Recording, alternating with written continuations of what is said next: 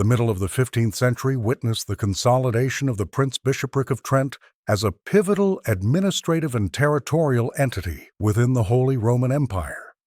This ecclesiastical state functioned as a vital geographic bridge, connecting the northern Germanic lands with the powerful city-states of the Italian peninsula. Its legal and political identity was distinct, governed by a prelate who wielded both spiritual authority as a bishop and secular power as a prince. In 1466, Johannes Hinderbach ascended to this dual office, bringing a specialized legal education from the University of Vienna and a fervent commitment to academic scholarship. His administration was characterized by an aggressive effort to centralize power and enhance the prestige of his small but strategic domain. Hinderbach's tenure coincided with a period of significant demographic and economic shifts across Central Europe. Trent served as a critical node in the transalpine trade routes, necessitating a stable financial infrastructure to facilitate the movement of goods and capital. The legal framework of the bishopric was rooted in imperial law, yet it remained heavily influenced by the decrees of the Catholic Church regarding social and economic conduct. This created a complex environment where secular necessity often collided with religious prohibitions. The prince-bishop sought to position Trent not merely as a transit point, but as a center of intellectual and religious orthodoxy. To achieve this, Hinderbach utilized the newly developed technology of the printing press to disseminate administrative decrees and scholarly works, making him one of the first European rulers to recognize the political utility of mass communication. His court became a gathering place for jurists and theologians dedicated to the concept of a unified, holy state. This pursuit of absolute authority necessitated the careful management of the diverse social groups residing within the territory, many of whom occupied legal statuses defined by their economic contributions. The political stability of the region was inextricably linked to the personal ambition of the prince-bishop. The expansion of commercial activity in the mid-15th century created a systemic need for liquid capital that the existing Christian financial structures were unable to provide. Under the prevailing ecclesiastical regulations of the time, the Roman Catholic Church enforced a strict prohibition against usury, which was defined as the lending of money for any level of interest. This religious ban effectively prevented Christian merchants and local administrators from engaging in the professional credit operations necessary to sustain a developing market economy. Consequently, the civic and ecclesiastical authorities of Trent sought to resolve this economic stagnation by recruiting a specialized class of financial agents who were not subject to these specific canonical restrictions. To address this structural deficit, the local government issued formal invitations to several Jewish families from the Germanic regions and northern Italy. These individuals were granted specific legal privileges to settle within the city for the primary purpose of establishing credit banks. This arrangement was formalized through the issuance of a charter, a legal contract that defined the duration of their residency, the maximum interest rates they were permitted to charge, and the specific taxes they owed to the prince-bishop. These families were not integrated into the standard feudal or guild systems, but occupied a unique legal status as direct subjects of the sovereign's protection. But why did it all end with the expulsion of all Jews, and did they actually deserve it? The arrival of these financiers provided the bishopric with the necessary capital to fund infrastructure projects and facilitate large-scale trade across the Alpine passes. Their presence allowed for the creation of a regulated credit market that served both the municipal treasury and the private needs of the local artisan and merchant classes. These Jewish residents established households that functioned as centers of both domestic life and professional finance, meticulously recording all transactions according to the standards of the local chancery. This fiscal partnership was based on a calculated utility, where the community's right to reside in the territory remained entirely dependent on their continued ability to provide the credit required by the state. By the year 1475, the Jewish presence in Trent was characterized by its extreme demographic concentration, consisting of a mere 30 individuals. This community was organized into three primary households, each headed by a prominent financier who managed the local credit operations under the sovereign's jurisdiction. Samuel, the most influential figure, resided in a substantial property that served as the focal point for communal activities and administrative oversight. The second household was led by Tobias, a physician and moneylender whose dual professional roles provided him with access to the city's intellectual and mercantile circles. The third unit was headed by Engel, who completed the small network of licensed credit providers, authorized to operate within the bishopric. Despite their minimal numerical presence, these three families managed a disproportionate share of the city's liquid capital. The spatial arrangement of these households was not randomized. They were situated in close proximity to the city's administrative center, reflecting their status as protected agents of the Prince Bishop. This geographic concentration ensured that their professional activities remained transparent to the local chancery, while also providing a degree of security against external interference. The community functioned as a self-governing entity in matters of domestic and religious life, maintaining a small private space for communal worship and the study of traditional texts. Their interactions with the Christian majority were predominantly transactional, occurring within the marketplace or the municipal offices where loan contracts were formally registered. The visibility of these three families made them a constant point of reference in the city's economic discourse. Because they held the debt obligations of a wide spectrum of the population, ranging from high-ranking officials to local shopkeepers, their social position was inherently contradictory. They were legally indispensable to the functioning of the local economy, yet they remained socially isolated by their religious identity and the specific nature of their profession. This isolation was reinforced by the fact that they operated outside the traditional corporate structures of the city, such as the guilds and parish fraternities. As the year 1475 began, the stability of this small enclave rested entirely on the continued enforcement of the royal charters and the perceived economic value they provided to the reigning prince-bishop. The religious climate of the bishopric underwent a fundamental transformation during the Lenten season of 1475 with the arrival of the observant Franciscan friars. These itinerant preachers were part of a broader movement within the Catholic Church that emphasized rigorous poverty and the eradication of social practices deemed harmful to the spiritual welfare of the Christian community. The most prominent among them was Bernardino de Feltre, a highly trained orator who specialized in public sermons, delivered in the vernacular to maximize their impact on the urban populace. His presence in Trent was not incidental but part of a systematic campaign to address the perceived economic grievances of the lower classes, focusing specifically on the role of non-Christian financiers in the local credit market. Bernardino's preaching introduced a new, aggressive theological discourse that reinterpreted the professional activities of the Jewish households as a direct moral assault on the city's inhabitants. He utilized the traditional church season of repentance to argue that the presence of usurers was a spiritual pollutant that invited divine displeasure. These sermons were conducted in public squares, attracting large crowds from the surrounding countryside and the city's artisan districts. The rhetoric employed by the friars meticulously linked the accumulation of personal debt to the religious identity of the lenders, thereby transforming private financial disputes into a collective matter of public piety. This shift in discourse eroded the secular protection previously guaranteed by the prince-bishop's charters. The influence of the mendicant orders extended beyond the pulpit as they actively lobbied the municipal council to establish alternative, non-profit lending institutions.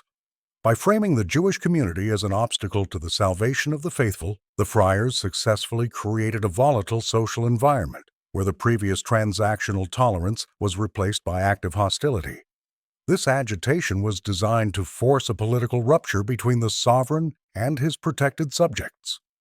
By the middle of the Lenten period, the small Jewish enclave found itself isolated not only by its profession, but by a newly energized religious populism that demanded the total exclusion of its members from the city's economic life. As the liturgical calendar progressed toward the significant intersection of the Christian Holy Week and the Jewish Passover in late March 1475, The rhetorical strategies of the mendicant preachers moved from general moral condemnation to specific, targeted predictions. Bernardino de Feltre began to utilize his public platforms to warn of an impending and tangible desecration that would supposedly occur within the city during the Easter festivities. This intentional escalation in discourse was designed to condition the urban population for a specific event of catastrophic proportions, framing the Jewish residents not merely as financial competitors, but as active participants in a clandestine and dangerous religious plot.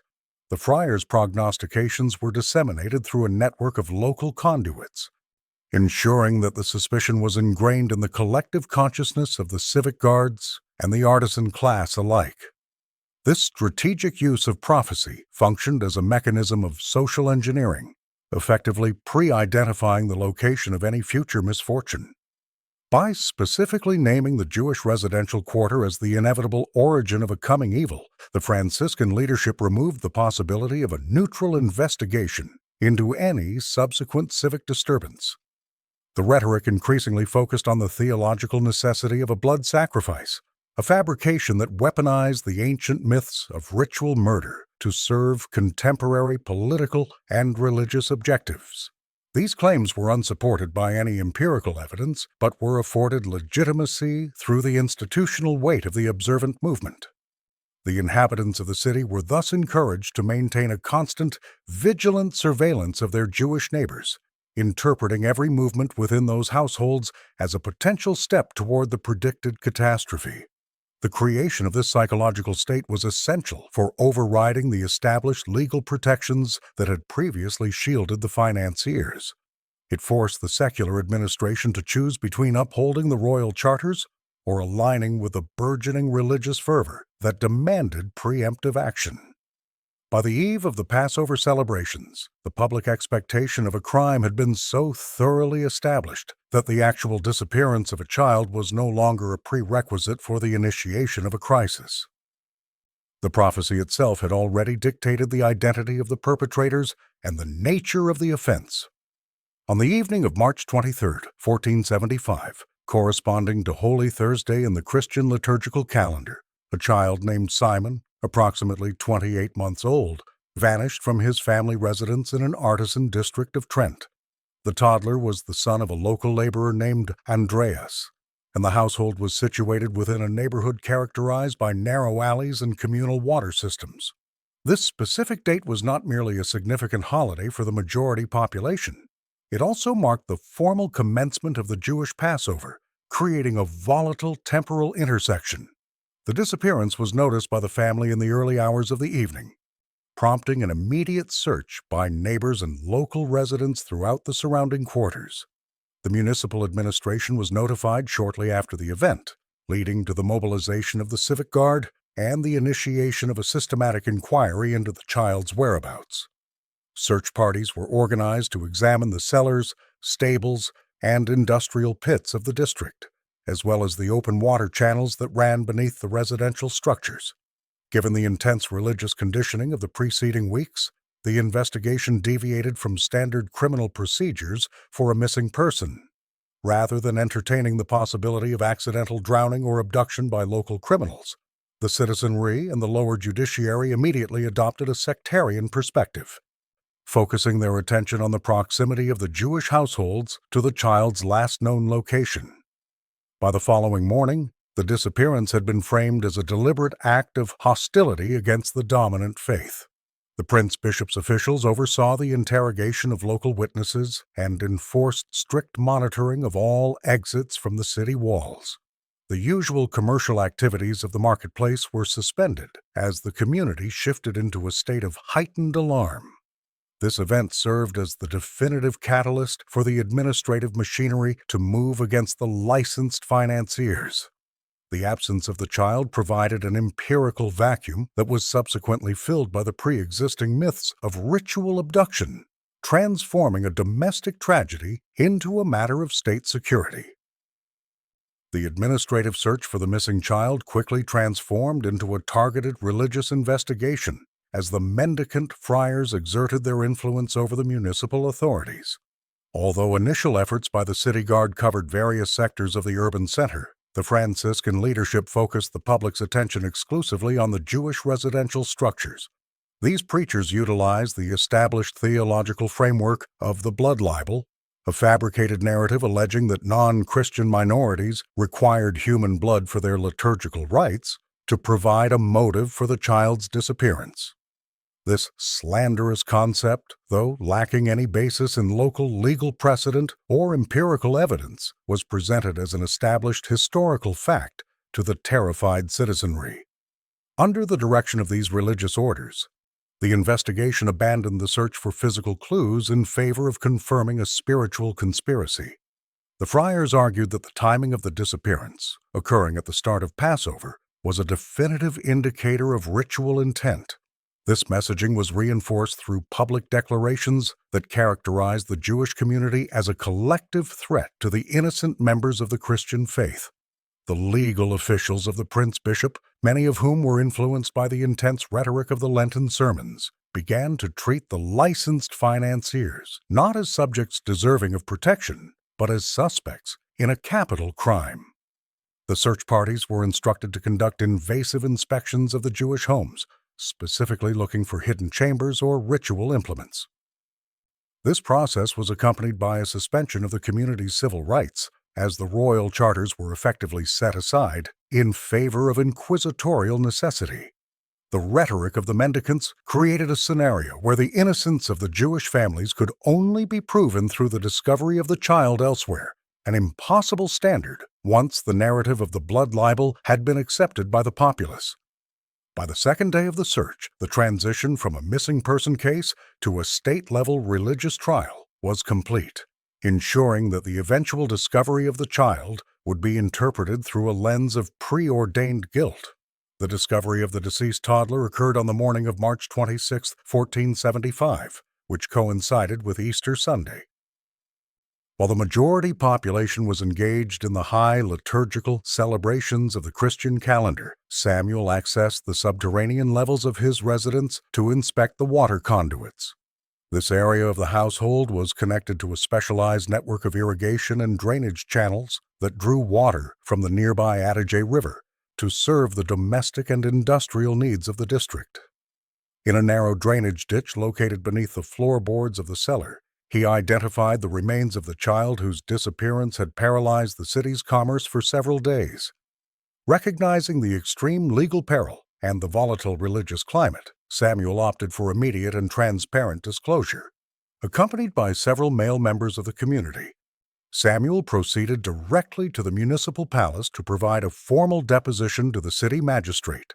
They provided a detailed account of the location and the specific conditions under which the find was made, explicitly requesting that the authorities dispatch officials to retrieve the body and conduct a forensic examination. This act of reporting was intended to demonstrate strict adherence to the city's criminal codes and to mitigate the suspicion that had been systematically cultivated by the itinerant preachers. The financiers believed that a voluntary, immediate report would serve as the most effective defense against the claims of a clandestine conspiracy. Upon receiving this information, the Prince Bishop's judicial officials and the civic guard were mobilized to the Jewish quarter. The body was removed from the subterranean channel and transported to a central location for public viewing and anatomical inspection. The municipal recorders documented the child's physical condition, though their observations were heavily colored by the sectarian theories established in the preceding weeks. Despite the fact that the residents had initiated the contact with the law, the judicial administration interpreted the presence of the body on Jewish property as definitive proof of collective guilt. This discovery provided the physical evidence necessary to terminate the investigatory phase and initiate a formal, state-sponsored criminal prosecution against every member of the three households. The discovery of the deceased child within the Jewish residential complex provided the Prince Bishop with a definitive legal pretext required to move from surveillance to active prosecution. Johannes Hinderbach, utilizing his extensive background in imperial jurisprudence, immediately dismissed the voluntary disclosure of the body as a defensive fabrication intended to obscure a premeditated crime. He characterized the presence of the remains on the property as a state of manifest guilt, a legal condition that permitted the suspension of the standard procedural rights afforded to the licensed financiers. The sovereign refused to grant an audience to the community leaders, instead issuing a formal mandate for the immediate and comprehensive arrest of every Jewish inhabitant residing in the 3 licensed households. This mass arrest was executed by the city militia on the afternoon of Easter Sunday, 1475. The order encompassed not only the primary financiers, Samuel, Tobias, and Engel, but also their spouses, children, domestic servants, and any temporary Jewish residents present for the holiday. This action effectively liquidated the entire communal presence in Trent in a single administrative operation. The subjects were forcibly transported to the municipal palace and incarcerated in separate cells to prevent the coordination of legal testimony. Simultaneously, the prince-bishop's officials oversaw the sealing of the residential quarter, placing all personal property, financial ledger books, and religious objects under sequester for the benefit of the state treasury. The transition from an investigatory search to a formal criminal trial was absolute and irreversible. Hinderbach appointed a specialized judicial commission composed of local magistrates and theologians who were ideologically aligned with the extremist religious rhetoric of the period. This body was instructed to treat the discovery as the physical confirmation of the ritual murder theory, thereby centering the entire legal process on the extraction of specific confessions regarding the use of the child's blood. By criminalizing the entire community, the bishopric ensured that no external legal defense could be mounted, as all potential witnesses were themselves under indictment for a capital offense. The legal architecture of the trial against the Jewish community in Trent was intentionally constructed to circumvent the established protections of the Holy Roman Empire's common law. Johannes Hinderbach utilized a specific administrative maneuver to designate the proceedings as a matter of exceptional religious urgency, which allowed for the suspension of the standard adversarial system. In a typical criminal case, defendants were entitled to a formal defense counsel and the opportunity to cross-examine witnesses. However, the specialized tribunal established for this case functioned under a streamlined framework, where the judges themselves acted as the primary investigators and prosecutors. This concentrated power ensured that the judicial outcome remained consistent with the state's theological objectives. The tribunal was composed of a hand-picked group of notaries, university-trained jurists, and high-ranking members of the local clergy. These officials were not tasked with investigating the possibility of accidental death, but were specifically commissioned to document the ritualistic nature of the alleged crime. The procedural rules were modified to prioritize the collection of recorded depositions that aligned with the blood ritual narrative. This bureaucratic machine produced a massive volume of official records, intended to provide the trial with an appearance of absolute legal validity. The inclusion of professional scribes allowed every interrogation to be recorded in a manner that supported the Crown's claims, effectively creating an unassailable paper trail of evidence for external observers. Crucially, the Prince-Bishop's administration formally barred any external legal intervention from higher imperial or papal courts during the initial phase of the trial. By claiming sovereign jurisdiction over a matter of local religious security, Hinderbach was able to insulate the tribunal from the oversight of the emperor. The exclusion of any representative for the defense ensured that the internal logic of the ritual murder theory was never challenged by traditional evidentiary standards. This administrative insulation transformed the judicial process into a closed loop of self-validating accusations, where the state-controlled bureaucracy functioned as the sole arbiter of historical fact and religious guilt. The move from isolation to active interrogation marked the most violent phase of the judicial process in April 1475. The tribunal utilized a specific methodology of physical coercion designed to align the testimonies of the incarcerated men with the preordained ritual murder theory. Central to this effort was the application of a mechanical torture device involving a vertical hoist, where the subject's arms were bound behind their back and their body was repeatedly raised and dropped to inflict severe skeletal and muscular damage. This systematic application of pain was not intended to elicit new information, but was instead used to compel the prisoners to affirm a detailed, pre-written narrative provided by the Prince Bishop's notaries. The interrogation sessions were conducted in the presence of legal scribes who meticulously recorded only the forced affirmations, omitting any mention of the physical duress employed. The content of these coerced statements was strictly managed to reflect the most extreme elements of the blood libel myth. The accused were required to confirm that they had participated in a synchronized ritual that mirrored the central events of the Christian Passion, involving the specific use of needles and other sharp implements to extract blood from the child. The narrative insisted that this fluid was then collected in ritual vessels for use in the preparation of unleavened bread for the Passover celebration. These claims, which lacked any basis in Jewish liturgical practice, were presented by the judges as secret truths hidden from the general populace.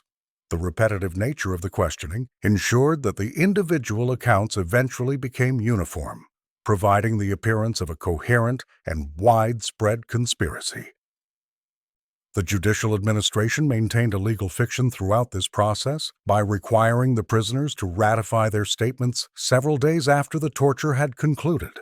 This secondary confirmation was officially labeled as a voluntary confession given outside the torture chamber, thereby satisfying the formal requirements of the era's criminal codes.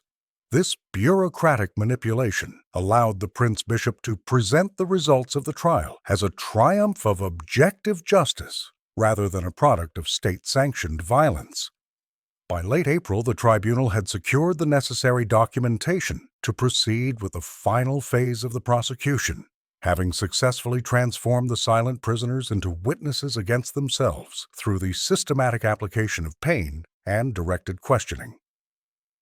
The judicial strategy of the Trent Tribunal shifted from the investigation of a localized homicide to the construction of a comprehensive global conspiracy during the late stages of the interrogation process. Johannes Hinderbach required a narrative that transcended a single crime to justify the permanent and total dissolution of the financial enclave. To achieve this, the directed questioning of the elder Samuel was intensified to produce testimony regarding an international network of coordinated ritual activity. The notaries directed the prisoner to confirm that the event in Trent was not an isolated incident, but was instead planned in conjunction with other Jewish communities located throughout the Alpine region and the northern Germanic lands. This fabricated evidence posited that the financiers were part of a highly structured, secretive organization that operated independently of the laws of the sovereign states where they were permitted to reside. The resulting depositions claimed that ritual instructions and information were disseminated through a private messenger system, linking the three households in Trent to larger urban centers in the Holy Roman Empire and the Italian peninsula. This expanded accusation served a vital political function, as it transformed a local judicial matter into an ideological crusade against a perceived universal threat. By documenting these claims, the Prince Bishop aimed to demonstrate that the presence of any Jewish population was fundamentally incompatible with the social and spiritual security of a Christian state. The confessions were meticulously edited to portray the financiers not as individual actors, but as agents of a malevolent and expansive collective. This administrative maneuver provided the essential legal basis for the total confiscation of all communal assets and the permanent banishment of any future Jewish presence. The records of these testimonies were compiled into a formal report intended for widespread circulation among the royal courts of Europe and the central offices of the Church.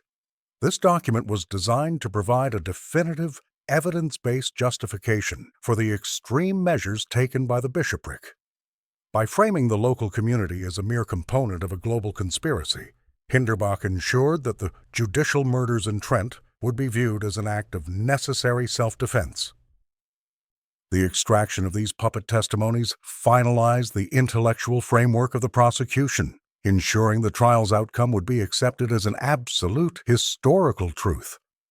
The central administration of the Catholic Church under the leadership of Pope Sixtus IV maintained a complex diplomatic relationship with the diverse territories of the Holy Roman Empire.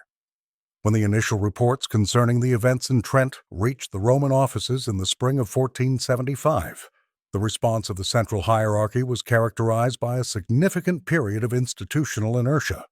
This delay was primarily the result of the intricate bureaucratic processes involved in verifying judicial actions occurring within a sovereign religious state. The Pope, while serving as the supreme authority in spiritual matters, faced competing political interests that necessitated a cautious approach to direct intervention in local criminal proceedings.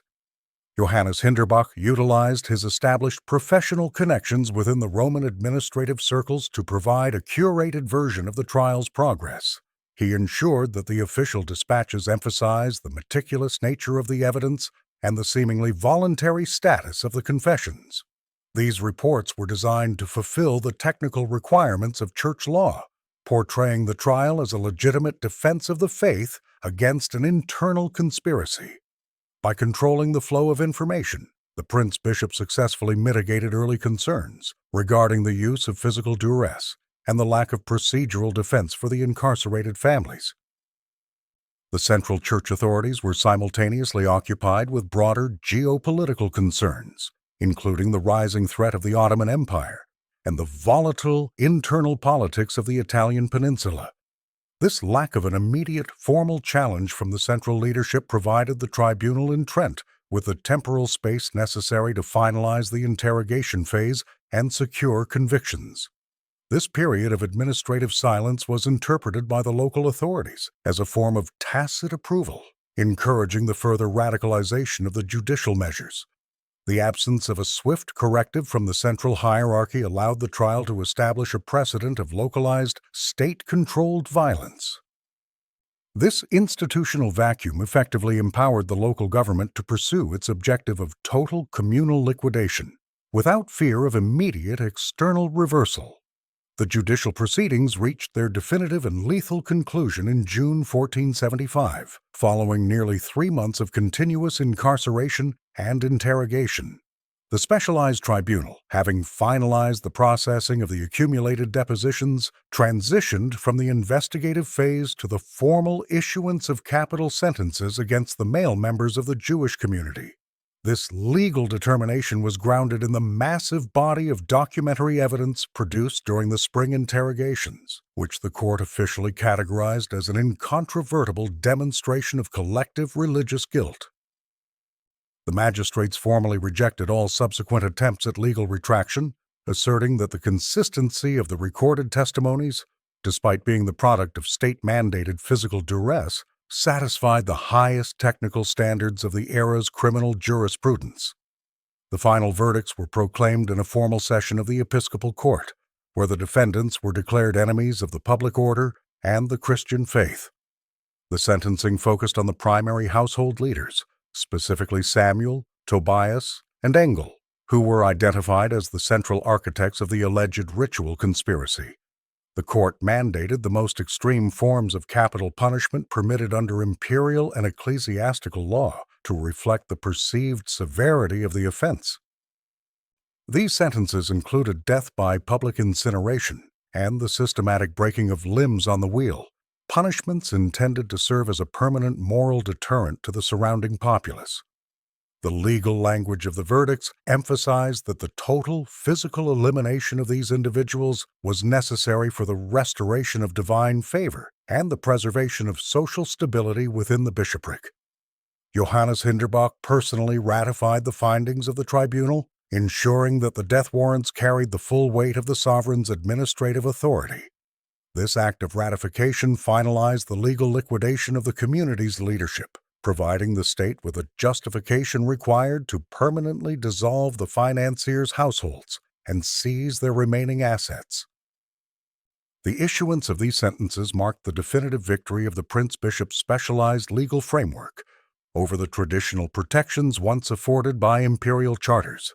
With the male population formally condemned, the judicial machinery prepared for the transition to public execution, transforming the closed trial into a spectacular demonstration of state power and religious vengeance. The implementation of the capital sentences commenced in late June 1475, marking the physical transition from judicial verdict to public execution. The municipal center was reconfigured to accommodate the elaborate apparatus required for high-profile capital punishment, serving as a site for the definitive assertion of state power. This phase of the legal process was not merely a punitive measure, but a calculated demonstration of the prince-bishop's absolute jurisdiction over those identified as enemies of the social order. The first stage of the execution involved the use of a heavy wooden wheel, a traditional instrument of trauma used to systematically disable the skeletal structure of the condemned. This specific method was historically applied to individuals whose crimes were deemed an existential threat to the state, ensuring that the punishment was both visible and protracted for the assembled witnesses. Following the initial trauma, the men were relocated to large pyres constructed of wood and combustible materials for the final act of incineration. This method of execution by fire carried an immense administrative and theological weight, as the total destruction of the physical body was intended to symbolize the complete purification of the city from a perceived religious contagion. The state necessitated a large-scale public attendance to ensure that the citizenry served as a collective witness to the truth established by the tribunal.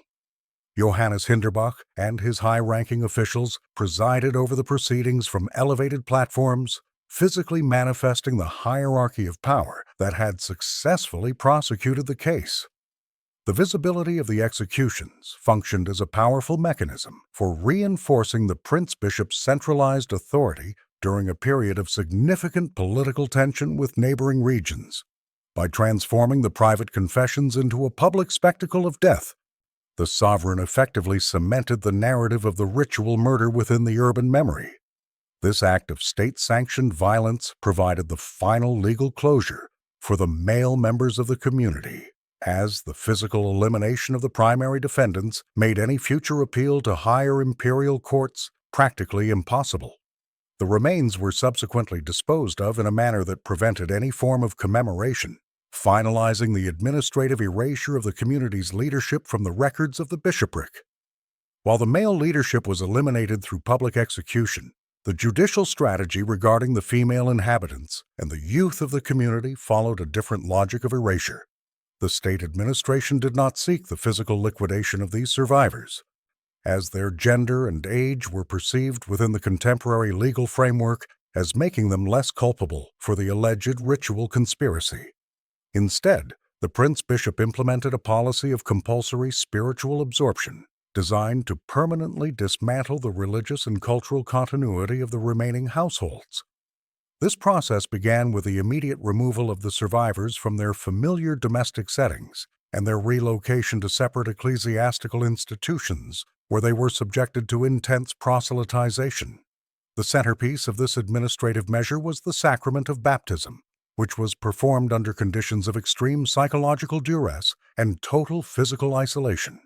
By forcibly inducting these individuals into the dominant faith, the state effectively nullified their previous legal and social status as Jewish subjects.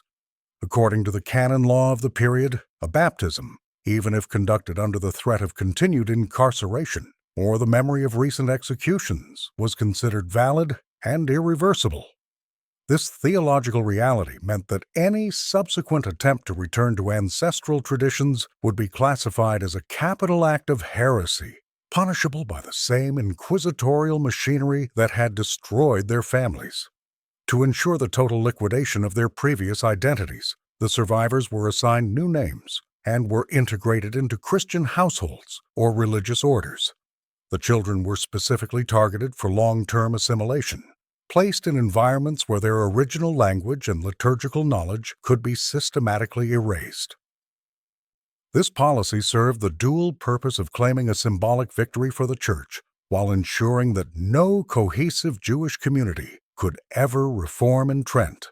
The forced conversions transformed the biological survivors into legal Christians, completing the internal exile of the community by severing the generational transmission of its faith and memory This demographic absorption was a strategic maneuver to finalize the removal of the minority presence from the territory. The physical elimination of the community's male leadership and the forced conversion of the survivors provided the legal threshold for the total expropriation of their material wealth. Johannes Hinderbach implemented a comprehensive administrative program to inventory and seize every asset associated with the 3 liquidated households.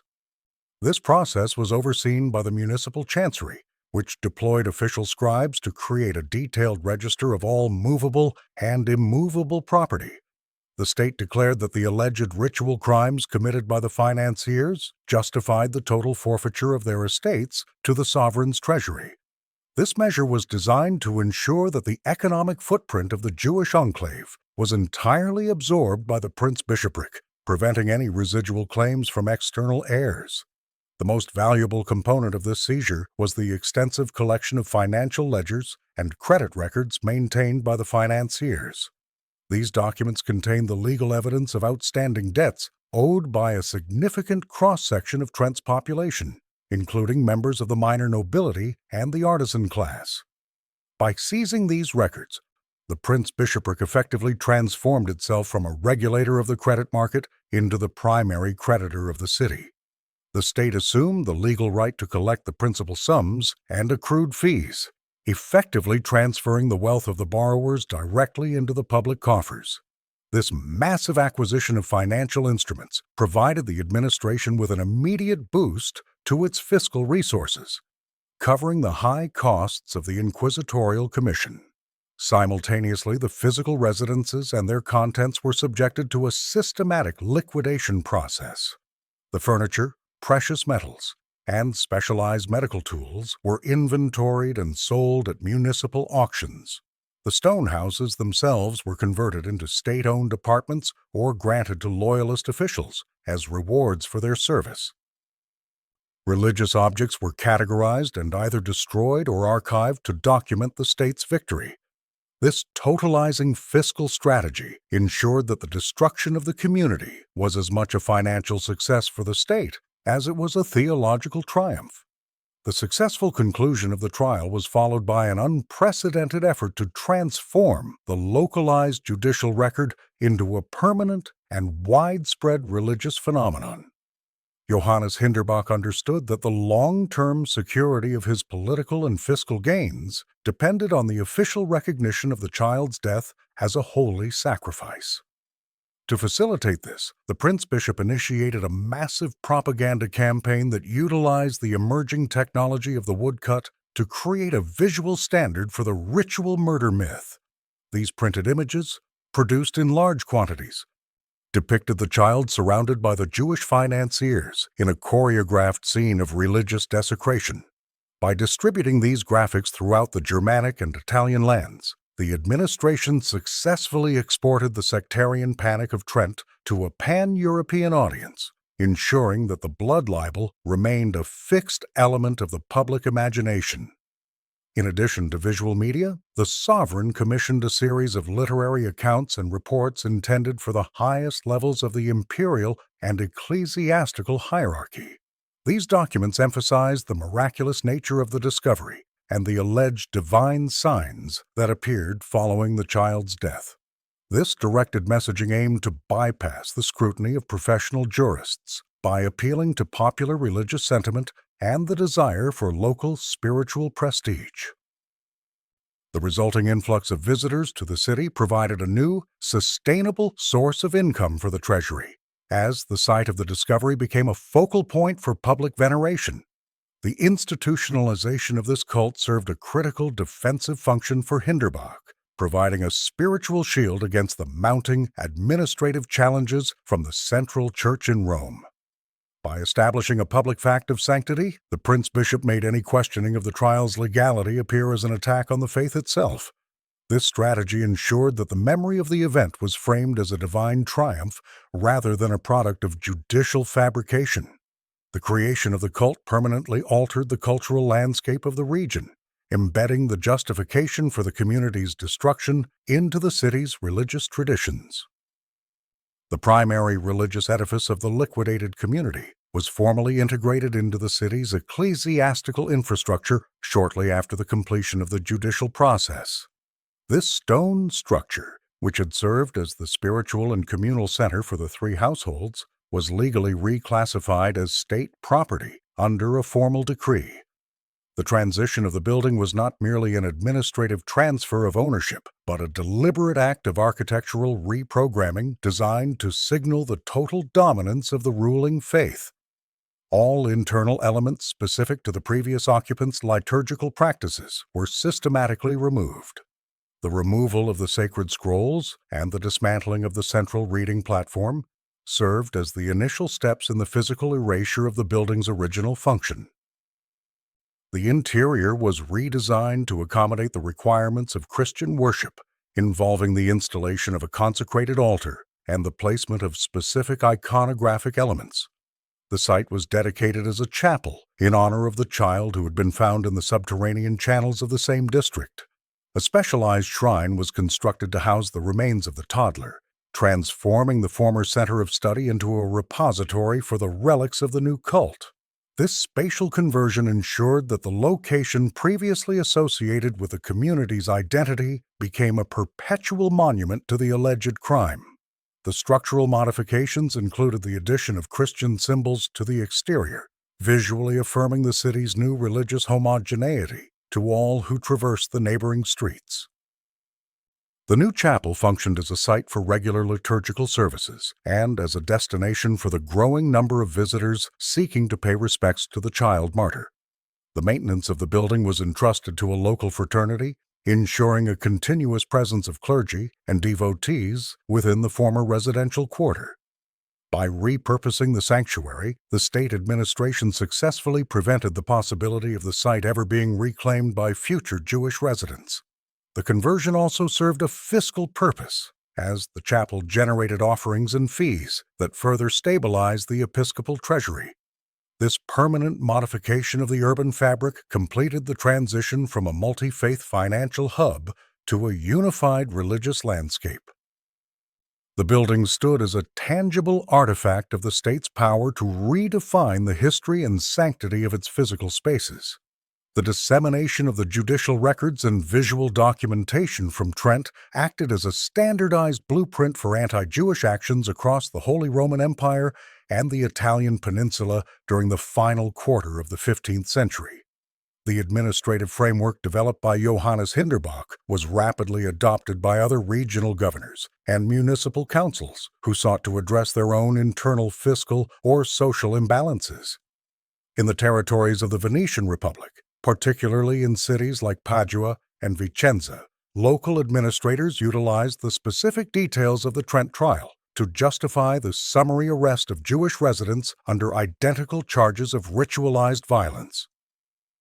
These new proceedings frequently adopted the specialized inquisitorial methods established in the Alpine bishopric, including the use of state-controlled tribunals and the immediate sequestering of credit ledgers. In the Germanic territories, the city of Regensburg became a primary site for the application of this exported judicial model. The local administrative and religious leadership cited the finalized records of the Trent trial as definitive empirical evidence to support a protracted campaign of legal harassment against their own financial class. This era saw a significant increase in the trans-regional exchange of pamphlets and formal reports that presented the Trent Confessions as proof of a coordinated, universal threat. These documents were utilized to influence higher imperial courts to suspend traditional protections, arguing that the events in Trent had permanently invalidated the existing legal status of the minority population. This phenomenon was a calculated administrative process involving the sharing of legal expertise and propaganda between the sovereign jurisdictions. The resulting proliferation of these accusations placed numerous small and historically stable communities in a state of terminal vulnerability. The cumulative impact of these systemic legal challenges was the widespread destabilization of the Jewish presence throughout the Alpine corridors. By 1480, the legal precedent established in Trent had become a permanent feature of European judicial discourse, providing a recurring mechanism for the displacement of communities and the state-sanctioned expropriation of private assets. The legal framework for the permanent exclusion of the Jewish population was finalized through a series of sovereign mandates issued in late 1475. Johannes Hinderbach recognized that the physical removal of the financiers was insufficient without a statutory barrier to prevent future immigration or return. To this end, he authored an official decree that criminalized the mere presence of any member of the Jewish faith within the walls of the city and its immediate jurisdictions. This administrative act effectively transformed the previous policy of conditional residency into one of total and perpetual banishment. The decree was publicly proclaimed at the municipal gates and recorded in the permanent archives of the Chancery to serve as a binding precedent for all future magistrates and civic officials. The enforcement of this ban necessitated a rigorous screening process at all points of entry into the territory. The civic guard was retrained to identify and intercept any travelers or merchants who might belong to the excluded group, reflecting a shift from an open mercantile state to a guarded religious enclave.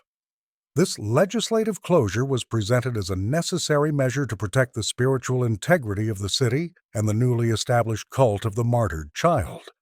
By removing the possibility of legal return, the prelate ensured that no claims could ever be made for the restitution of confiscated property or the restoration of previous commercial rights.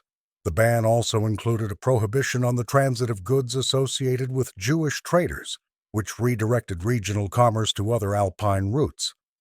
This act of total exclusion finalized the demographic transformation of the urban landscape. The city registers were purged of any mention of protected status for the minority, and the legal category of the licensed financier was permanently abolished. The sovereign's decree functioned as a symbolic and legal seal, closing the chapter of multi-faith interaction in favor of an absolute uniformity. This policy of permanent absence became a defining characteristic of the state's identity, distinguishing it from neighboring regions that still permitted limited Jewish participation in the economy. The issuance of the ban represented the final bureaucratic step in the total liquidation of the community's existence within the bishopric. The Municipal Council of Trent undertook a definitive project of administrative reorganization to conclude the process of social cleansing by targeting the city's topographic memory. This effort was distinct from the Prince-Bishop's earlier decrees, focusing instead on the long-term cartographic and linguistic erasure of the Jewish presence from the urban landscape. The primary target of this municipal action was the formal renaming of the central thoroughfare previously identified in legal records as the Jewish Street. Through a series of civic ordinances, the council replaced this historical designation with names derived from the city's natural features and its proximity to the river, ensuring that the former communal identity of the quarter was no longer reflected in the official nomenclature of the city. The council further mandated the systematic removal of all physical identifiers from the facades of the seized properties. This included the erasure of Hebrew inscriptions, the removal of specific architectural elements related to Jewish domestic and religious life, and the destruction of communal boundary markers.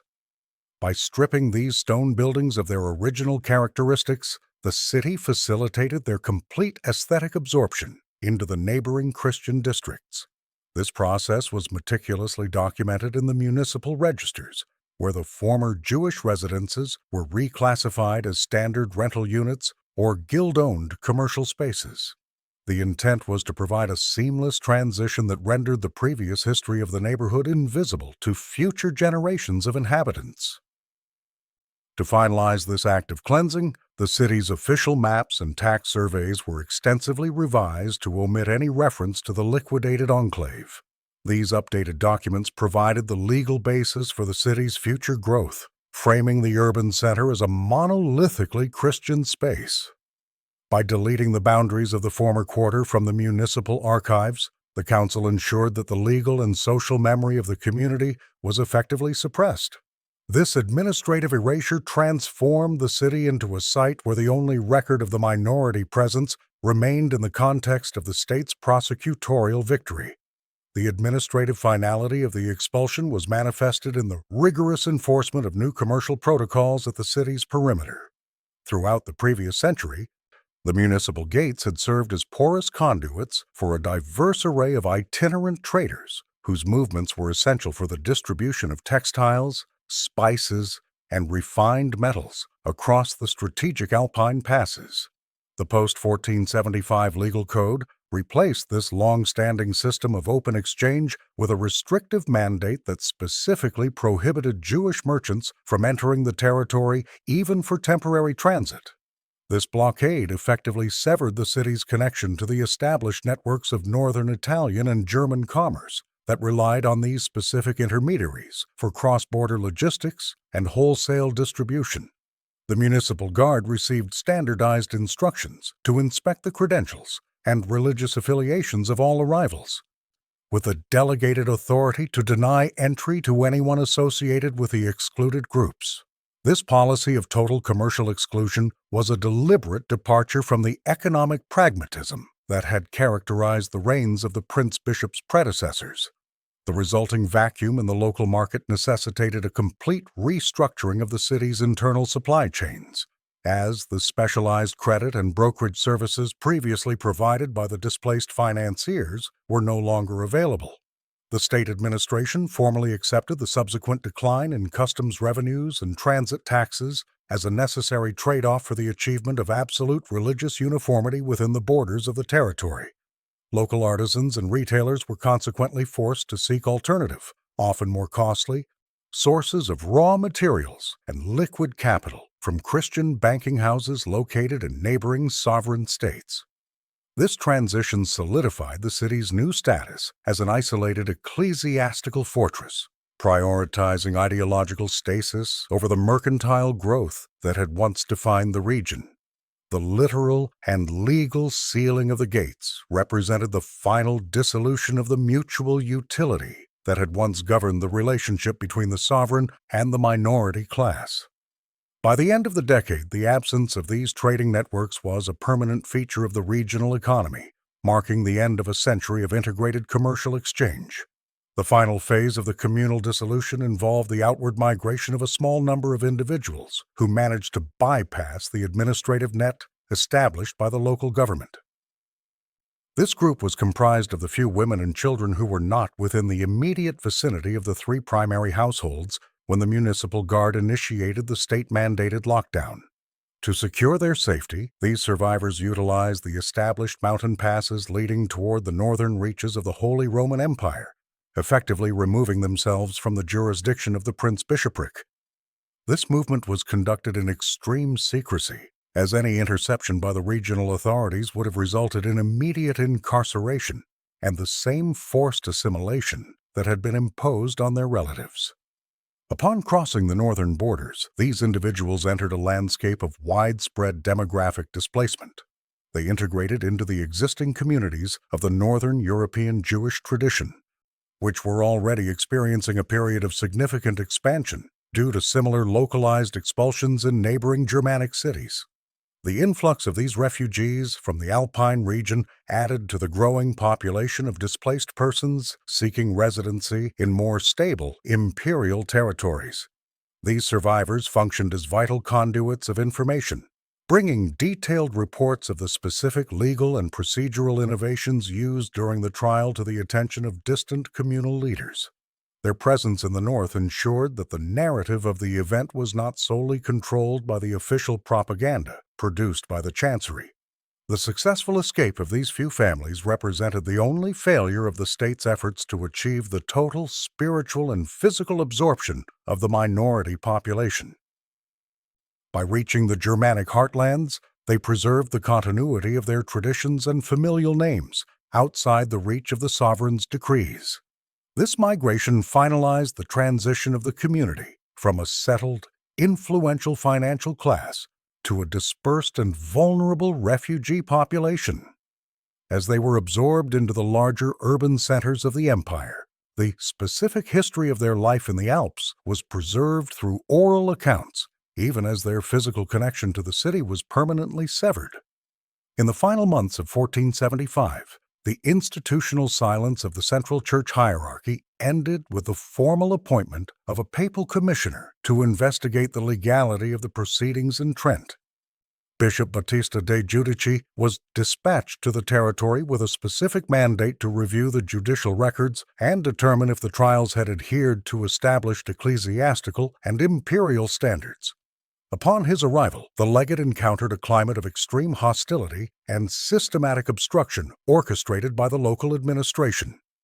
Johannes Hinderbach and the municipal council initially refused to surrender the original trial transcripts or grant the commissioner access to the survivors of the initial arrests.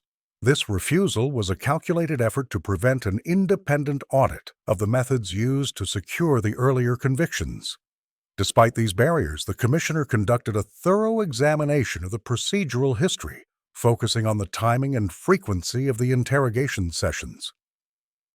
His findings revealed that the testimonies used to justify the executions were the direct result of excessive and illegal physical coercion that surpassed all recognized judicial limits. He observed that the narrative of ritual murder was structurally flawed and lacked any corroborating evidence beyond the statements extracted under extreme duress. The legate formally concluded that the entire judicial process was a manufactured fraud, intended to serve the fiscal and political interests of the prince-bishop rather than the requirements of justice. He determined that the child's death was an accidental drowning, which had been opportunistically reclassified as a ritual crime. The publication of these findings initiated a severe diplomatic crisis between the territory and the central offices of the Church.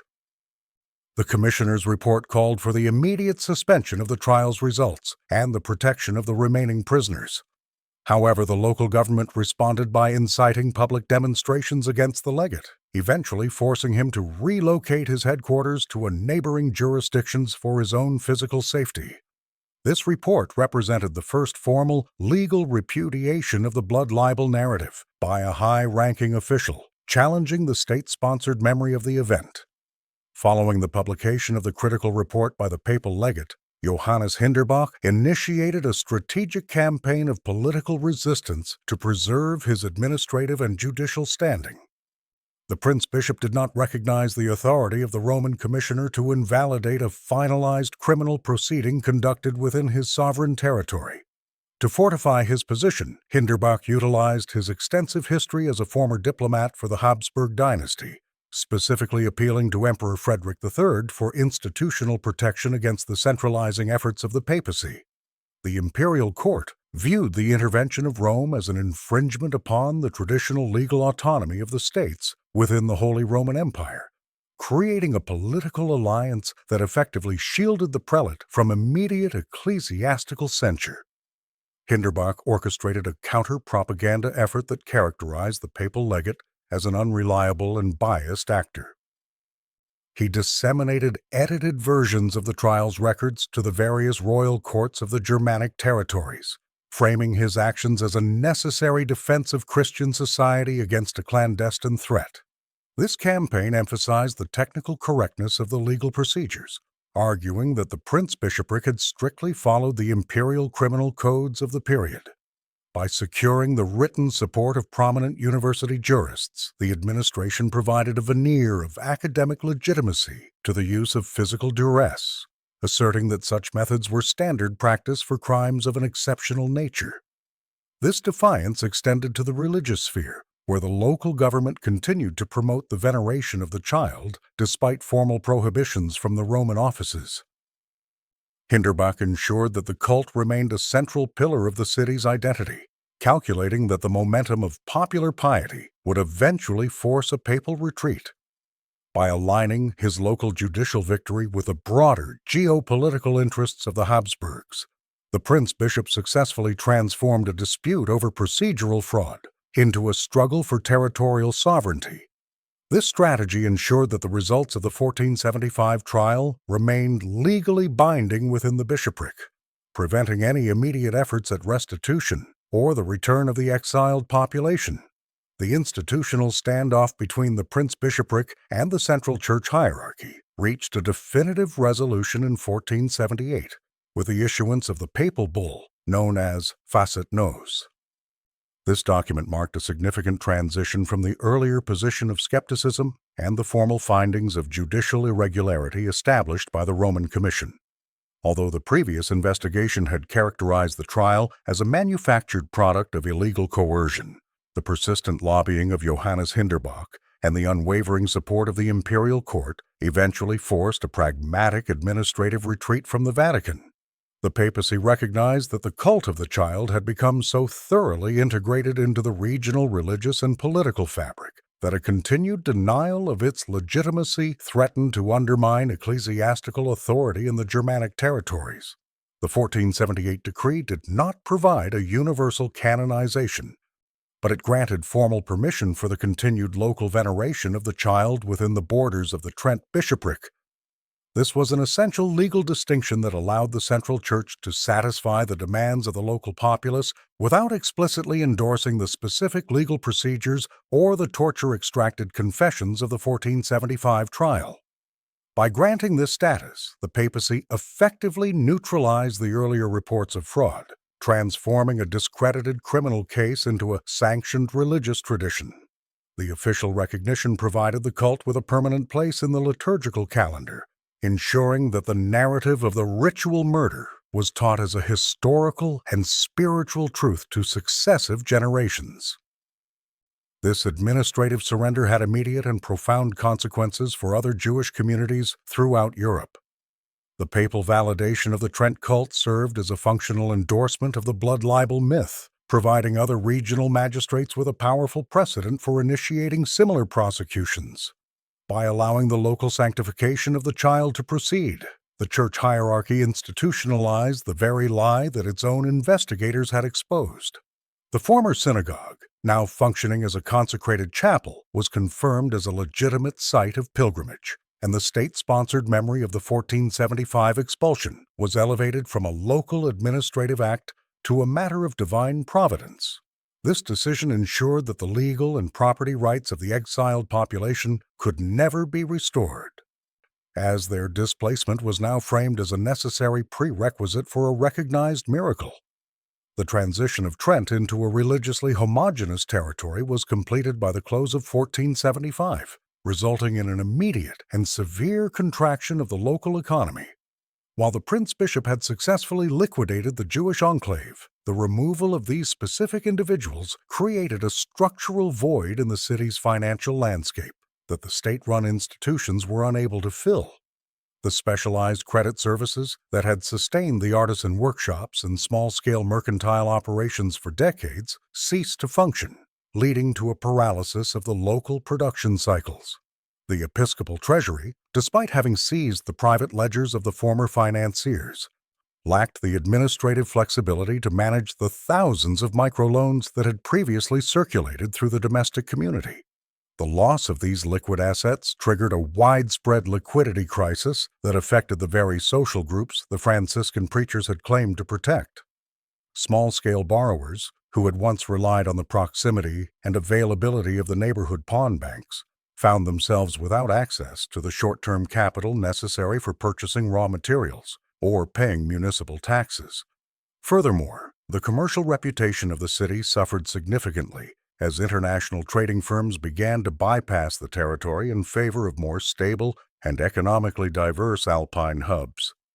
The absence of the Jewish brokerage network meant that the complex exchange of currencies and the discounting of bills of trade became prohibitively expensive for local merchants, who no longer had access to competitive interest rates.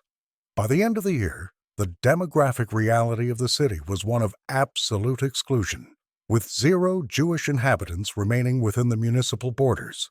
The administrative efforts to replace the private banking houses with communal charity banks were hindered by a lack of sufficient initial capital and the rigid bureaucratic requirements of the church. Consequently, the city entered a period of prolonged economic stagnation, where the ideological triumph of the prince-bishopric was directly contradicted by the visible decay of its mercantile vitality. The total erasure of the community transformed the urban center from a thriving financial node into a sequestered religious outpost, permanently altering its role in the transalpine trade system. The procedural innovations of the 1475 trial established a durable framework for state-sponsored persecution that persisted long after the death of the original actors.